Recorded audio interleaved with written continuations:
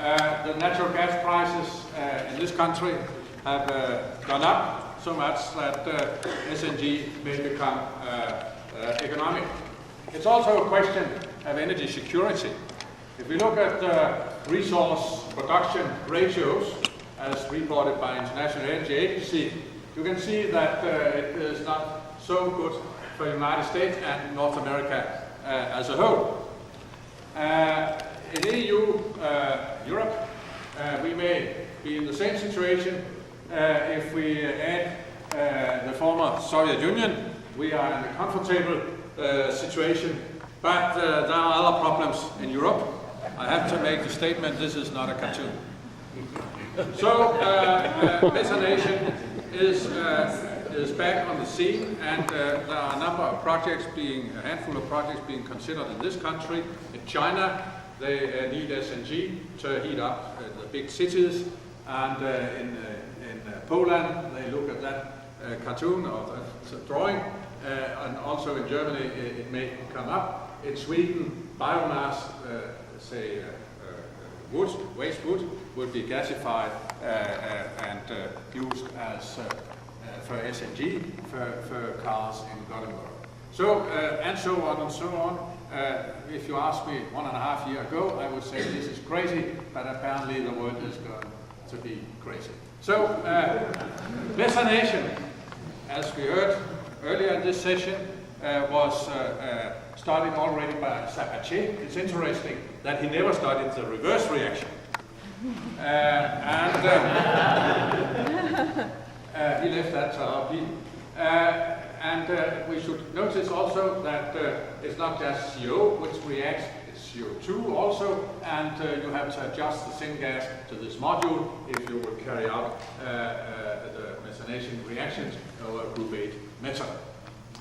A normal SNG plant would consist of an air separation unit, cold gasification, it could be biogasification, and then you have to clean the gas and adjust the module with a shift, typically a sulfur-resistant shift.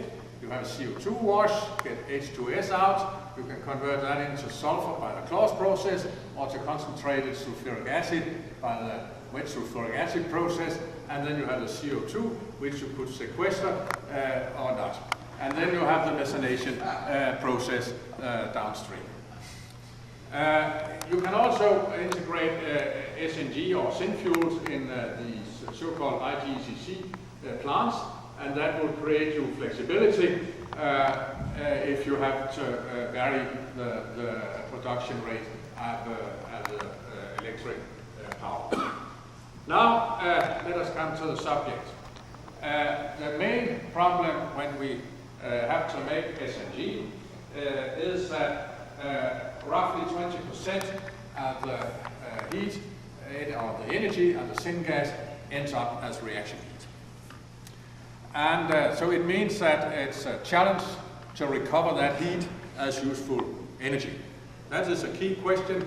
You create the syngas by means of a very expensive gasifier and oxygen plant. So to produce heat for heating, that would be a very expensive exercise.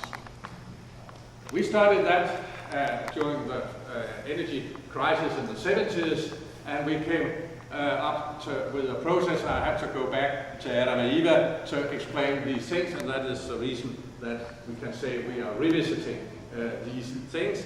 Many, or a few of us at least, were very active already at that time, and now we have to reinvent things. If you live long enough, things are coming back. What we did at that time was, is this the pointer? Or, yeah, no, yes. It was to see, here we have a temperature and conversion plot. What you could do would be to use a steam reforming catalyst with an inlet temperature of 450 degrees centigrade, and then take the heat out in a number of reactors and then clean up. Now, this will not be very economic for two reasons. Up here we start getting carbon, and secondly, the process equipment up here will be very expensive. So our approach was to develop a catalyst which could take a very big temperature jump in the first reactor and then clean up afterwards. With this we explored in a flow sheet like this. It means that you have a desulfurized syngas, and then you have the first reactor here in this example from 325 to 650 degrees centigrade, and that means that you have a low recycle. You could use an ejector, and then you have to clean up reactors. Very simple. The key problem is what happens with the catalyst when it is exposed to the high exit temperature here, and afterwards have to operate at a very low inlet temperature. We studied that in a pilot plant in Denmark, and this brought us then back to Adam and Eva. And this is very romantic, but that was a German energy transportation system where they utilized high temperature nuclear heat as a heat source for the steam reforming process, Eva, and then transported it. This you could locate at remote areas in Germany close to the Danish border, and then you could transport the gas to the Ruhrgebiet and then recover the heat for combined heat and power. And to do that, again, you have exactly the same problem, that you should recover the methanation heat so that you can produce power. I got soft in my knees when I heard the reformer had the name EVA, but EVA stands for Einzelrohrversuchsanlage, so that was not so romantic. And Adam was at the large Anlage für Metallisierung. We ended up testing at a scale the special catalyst we had developed at 3 million standard cubic foot per day demo unit, and here you see the temperature profiles. Now we have heard a lot of theoretical approaches, and we heard a lot this morning also on methanation about the activity. You can see activity is not really the problem. You have a very short reaction zone in this first reactor, and after almost 5,000 hours, you see that the temperature profile has not moved very much. You also have a little bit of sulfur coming in, but of course you also have sinterate, and this you can see by the change of the slope of the temperature profile. This was also explored in smaller scale reactors, and here you see how it looks after 10,000 hours. So with that special catalyst, promoted nickel catalyst, it was possible to make this high temperature methanation. This kind of operation involves quite a few challenges to catalysis. And let me describe briefly what they are about. We have the high CO partial pressure in the process, and we have the risk of carbon formation, as I mentioned before, and then of course we have the sintering. That was in the parallel session today a very good presentation about the complexity of the sintering. Then we also have sulfur, all the usual metals who keeps us awake. But the first thing with high CO partial pressure, and you have a high CO partial pressure when you make high temperature methanation because you have a low recycle ratio, that is of course the formation of nickel carbonate. And that will result in depletion of nickel from the catalyst pellet. You see a catalyst pellet which was exposed to carbonyl formation, and that will be transported and then decomposed at higher temperatures and create a lot of trouble. So you have to know the thermodynamics of nickel carbonyl also for the specific catalyst in question. There are a few tricks I can't tell you too much about because of lack of time. Then the high CO partial pressure will also can result in metan dusting corrosion. This is not just for methanation, you have it in all syngas plants, also in plants, the big Fischer-Tropsch plants. This is initiated by the composition of carbon monoxide, just like the methanation, and then you form carbides and you get this corrosion, which can lead very quickly to fractures and disasters. So again, you need to know about metal dusting corrosion. It's a phenomenon which could be studied much more. There are many parameters involved, but by trial error feedback, you arrive to the right construction materials, but I think there's really room for gaining more knowledge about this phenomenon we will have when we deal with ICO containing zinc acids. Then we have the formation of whisker carbon. We have seen this movie before, and we have the director of the movie sitting, that is Steve. He has talked about it, and that will of course destroy the catalyst. There is, for methanation conditions, there is a temperature above which there is a thermodynamic potential for carbon. And if we use graphite data for typical methanation, this temperature could be around 550.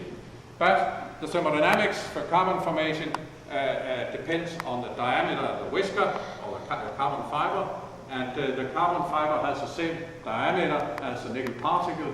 So by controlling the nickel particle size of the catalyst, you also change the equilibrium constant for the methane decomposition, and thereby also you move the carbon limits upwards. It means that you need to know how your catalyst will sinter in order not to run into carbon formation problems, and it also tells you that just to let the reaction run up to 800-900 degrees or steam reforming catalyst, do that, but you approach these limits. There is a low temperature carbon formation problem, and this is when the nickel catalyst starts working like a kind of Fischer-Tropsch catalyst.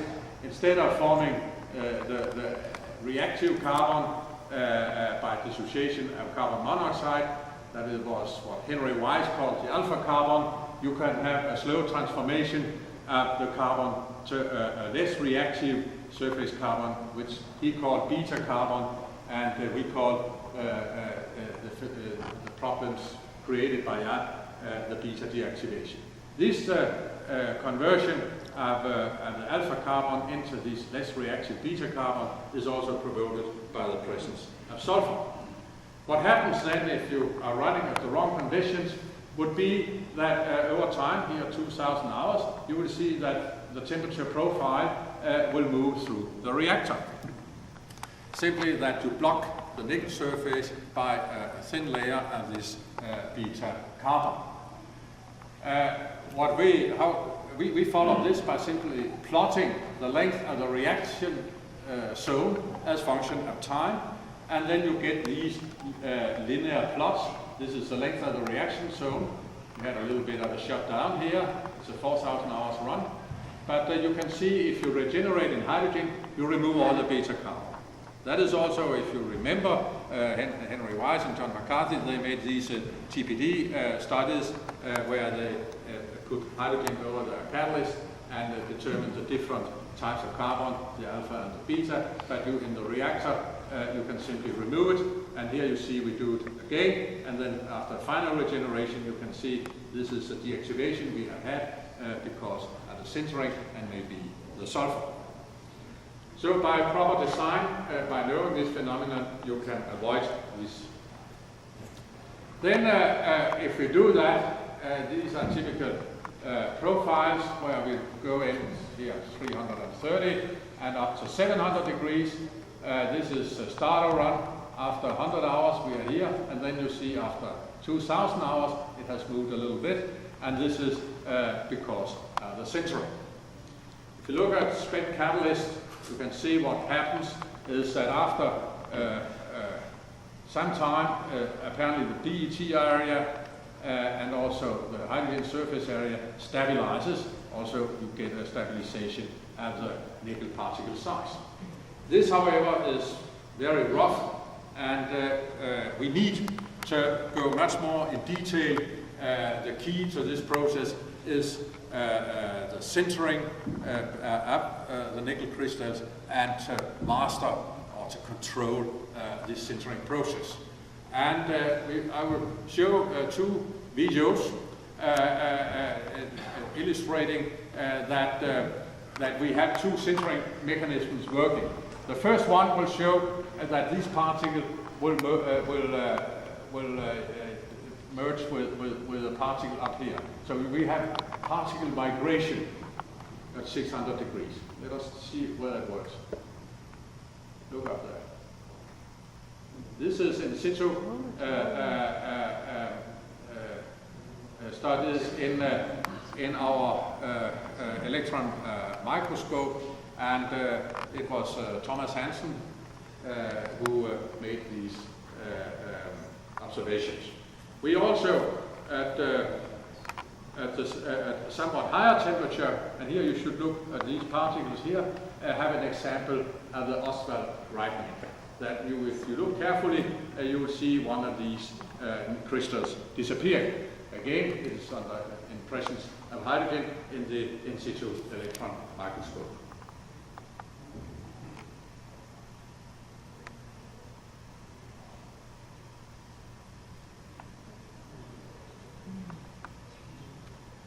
It's in the presentation we had in the other session, we learned that the time dependency of these phenomena is very complex, so you can say nothing. That is good if you want to get money for further studies. But in general, you could say that the first sintering process, particle movements or migration, depends on time to 1 to 7, and the Ostwald widening typically to the power 1 to 3. Therefore, it's extremely important to know which mechanism is working. If you have to extrapolate, not to 4,000 hours, but to 40,000 hours. And we can't run a test that long. And we have when we are in the States, we can use short hours, but it takes too long time. So we need really to understand this, and the transition between the particle migration and the Ostwald widening depends very much on the process conditions and can be to some extent manipulated by the composition of the catalyst. This is something we do a lot of work on. My co-author Jens Seested is doing excellent work together with Datai and the University of New Mexico. If we look at the spent catalyst, we can see this correlation, time on stream, and the particle size in relation to the original. And if we should correlate this specific pilot test, it is Ostwald widening. If we look at the methylation rates of the catalyst per gram of catalyst, then we see a deactivation, and then apparently this activation level is sufficient to maintain the activity. But it would be nice if it went that way. What surprised us back in time, because it was against the conventional thinking at that time, that is that the turnover frequency, the specific activity, also declines. This is, of course, not a surprise after we have heard all these lectures about step size, and I will not go into that, but just show the opposite diagram of that the Nørskov people have shown. So here you start with the activation of carbon monoxide, and you see the big difference between the dense packed and the staked surface. So it is no surprise that methylation is a structure-sensitive process, but said at least 20 years ago, people believed it was structure non-sensitive, and I'm sure people could also discuss it today. Now let us come to the conclusions. First, as I said, it's very important that the process heat is recovered as superheated high-pressure steam if you want to make an economic process, also thereby having a low recycle ratio, and we demonstrated that for almost 50,000 hours. These are typical data for an SNG plant in the United States, and with 400 tons coal per hour. It's a big plant. You can make 2.2 million normal cubic meter syngas per hour. You have there will be roughly 2.5 billion standard cubic feet per day, and that is the syngas. And here you have the SNG production, and then the similar production of superheated steam. With coal prices, depending on what they are, euro per gigajoule or dollars per million BTU, you can see what the SNG production price will be. And as showed in my first slide, at present the prices are here, but they go up and down. I believe that they will slowly go up. So, in conclusion, coal gasification is ready to go. Thank you.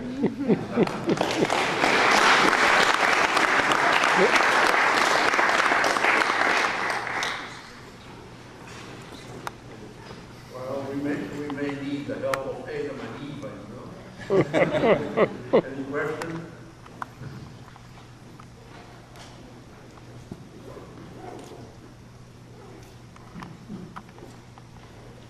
If not, thank you very much again.